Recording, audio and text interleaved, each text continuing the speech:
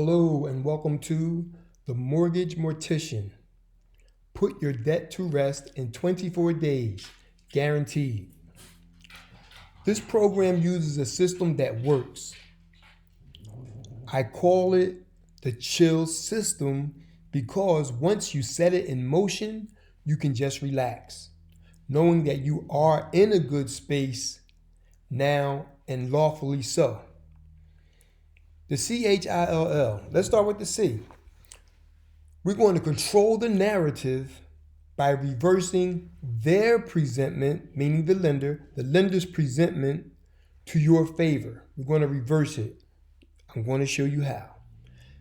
And that will hem the lender up in your contract terms. You're going to be setting the thermostat here. It's going to be your terms. The I is elicit the desired effect. Our desired effect is basically a lack of reply from the lender. And this lack of reply is what will indeed settle the debt. And I will show you exactly how, by law, this is the way to have it done. So therefore, L, lawfully closing the matter. It's going to be all over. Then you can just L, lay back, and take a deep sigh of relief. How's that? But let's go back to this presentment. Now, in law, there's a thing called presentment. When you receive your bill, it is basically a negotiable instrument. It is a presentment to you for payment. Okay? Now, before I go further, let me show you that in Black's Law. Black's Law, if you are not aware, is the #1 book on law in the world. It's known as the gold standard. So let me just take you there for a minute to show you about Black's Law. Right here, Black's Law, the gold standard.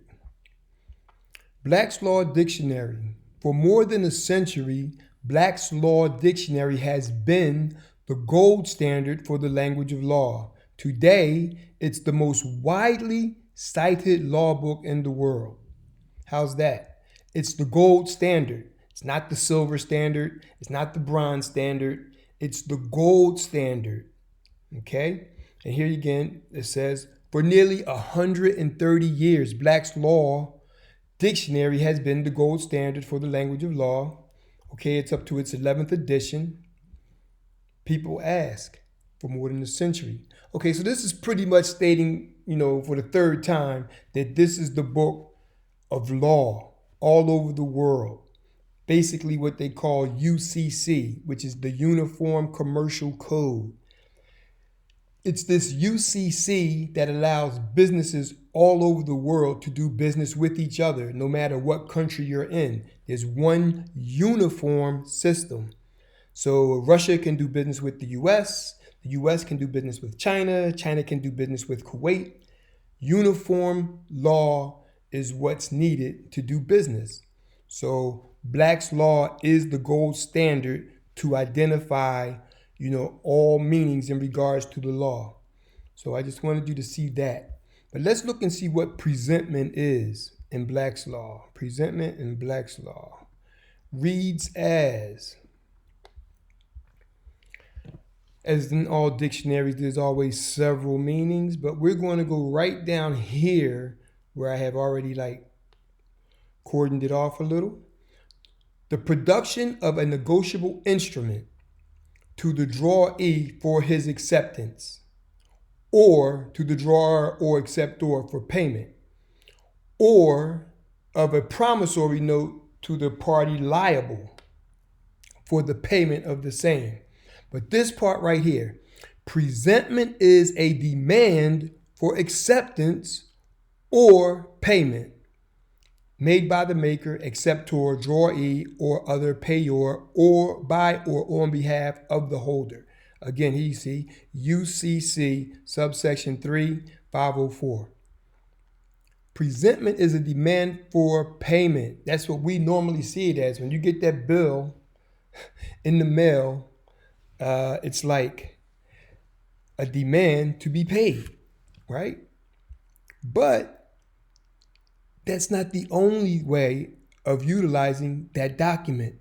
It says a demand for acceptance or payment. So that's two different things that we can actually do with this presentment. Okay? Okay, so what is this acceptance or payment? Or is very crucial because it's showing you that there's two ways to handle this, not just payment. So what I'm teaching you today is we're not going to pay it, we're going to accept it. And it's what's known as a conditional acceptance. Okay? So now that we have that out the way, but once we have that, when I say conditional acceptance, we will draft a document for a non-negotiable notice of conditional acceptance. And we're going to use their presentment as a part of that. And we're just going to pose some questions in regards to their presentment and conditional terms. Okay? So we will see that and how that works. But this will be the thing that hems the lender up. So when they see these terms and they see these questions that we ask, we're giving them literally 14 days to respond. Now, during this 14 days, if there is a lack of reply, they do not respond, now you got them in trouble. Because literally the questions that we ask, they're not going to want to respond to them because it kind of points at their fraud. Okay? So to get a lack of reply is exactly what we're looking for. And my mentor has been doing this for more than 8 years. And every time you're going to get a lack of reply. So how is this good for you? Their lack of reply is what is known as, if their lack of reply means they'll accept what you have in your letter because they didn't reply. If you're against it, you need to reply. So by their lack of reply, it's just saying your terms are now in play. We're accepting your terms. But it's a tacit acceptance, meaning they didn't raise their hand to say we accept it, but their silence is the same as accepting it. Okay? Now, I'm not making that up. I'm going to show it to you in Black's Law. How's that?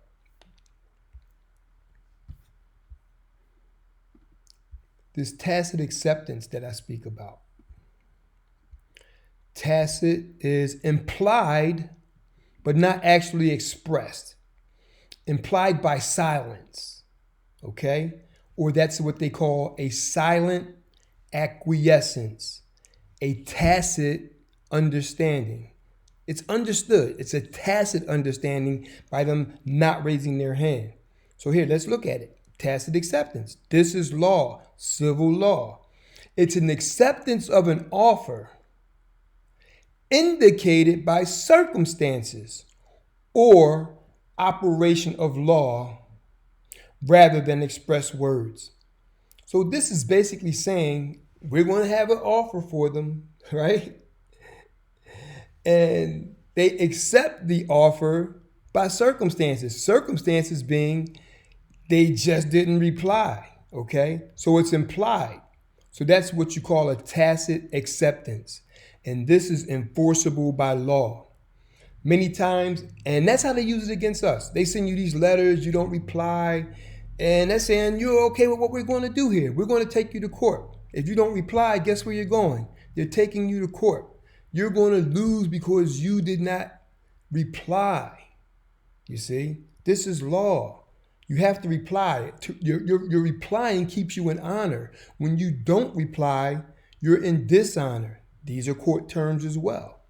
Okay, so what we're seeking here is tacit acceptance of our terms, and our terms will be clear that no further payment is owed, and also that they need to formulate a release of lien on your property.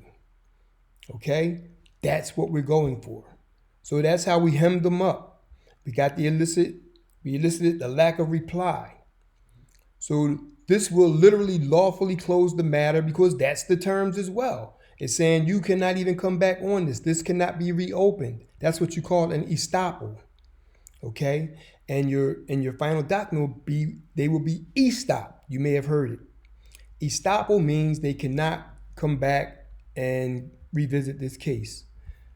Let me show you estoppel. Do I have an estoppel here? No estoppel, but guess what I do have? I got Black's Law right here on the desktop. And we can see what the meaning of estoppel is literally.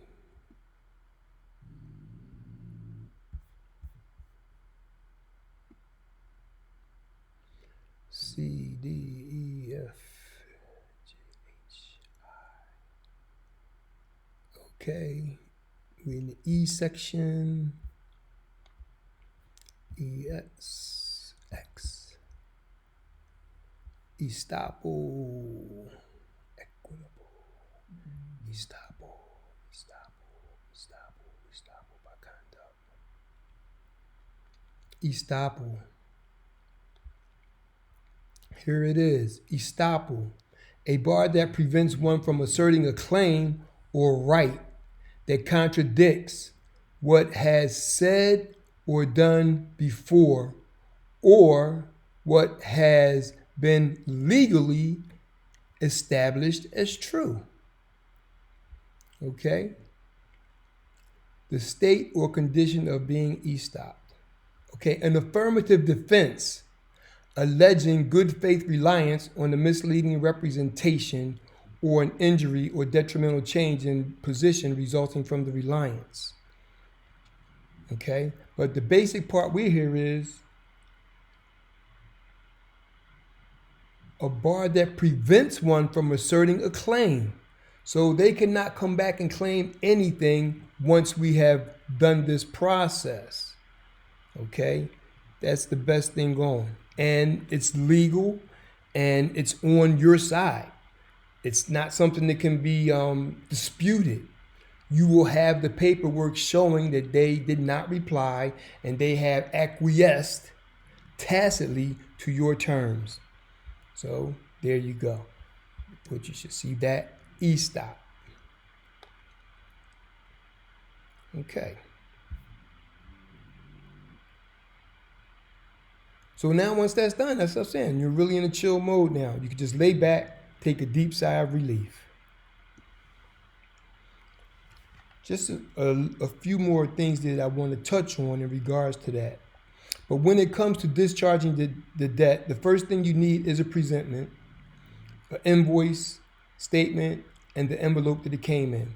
When your lender sends you the bill or presentment for payment via USPS mail, this is the document used to turn the table on them.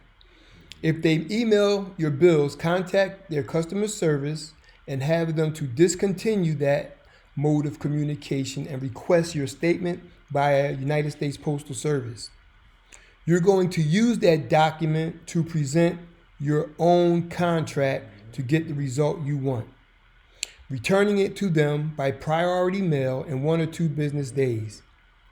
See, we will be returning it by priority mail, what they call certified mail, signature requests.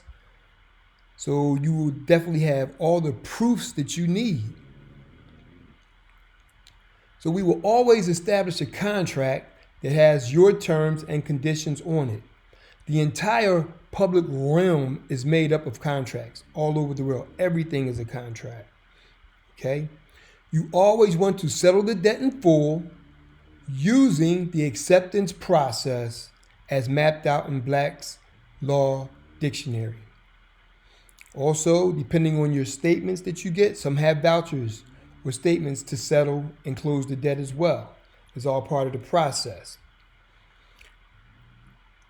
First, we will put together the administrative process that will hold up in court if necessary. If necessary, because what we do, we try to get what you call a summary judgment once you have your documents. And it's once you have your documents that you're now seeking to get your release of lien by the judge. So when it comes to discharging debt, you will need the bill and the envelope that it came in for the return address from which it was mailed. Because sometimes you get various addresses in these presentments, and some are just for accepting mail, but you definitely want to have the address that it came from.